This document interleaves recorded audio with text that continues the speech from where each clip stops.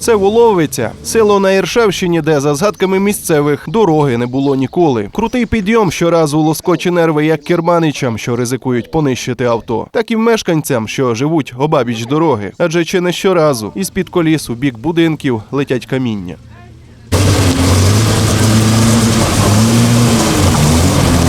За словами місцевих, у сезони дощів дорога перетворюється у русло, де з опадами розмивається усе, що засипали.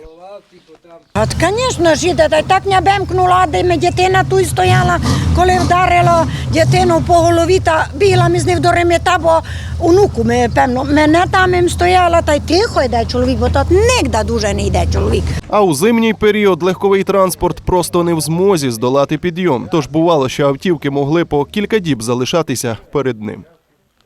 Виїхати зимов нереально. Тут взагалі голольоди, машини всі оставляємо там внизу. Нереально було взагалі, машини вбили, що в нас і були такі старі, ну які не старі машини, нові хоч би накупляв, і то повбивали тут машини всі. Люди із інвалідністю у Воловиці через відсутність доріг у селі, далі воріт власного будинку, йти не беруться. Ну, та уявіть собі, як тут ходити, коли дощ упаде, та ж хижі не можеш вийти. Проблема у місцевих із дорогою до кладовища, а точніше із транспортуванням тіл до нього. Певний відрізок долає транспорт, далі ж змушені нести самостійно.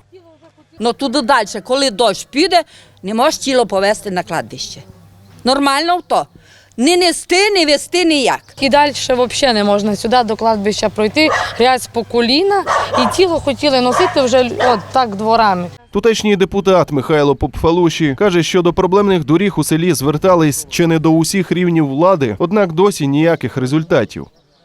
Звернення до пана президента, яке мені дали рішення, що будуть прийматися якісь міри, мені повідомлять мене, але, на жаль, ніяких не було. Жителі Воловиці сподіваються, що на їхні тривалі прохання відреагують, адже, як кажуть самі, десятиліттями користуючись, вщент розбитою дорогою просто вимушені терпіти пов'язані з цим незручності. Втім, на що очікувати, та чи очікувати взагалі, розкажемо вже зовсім згодом.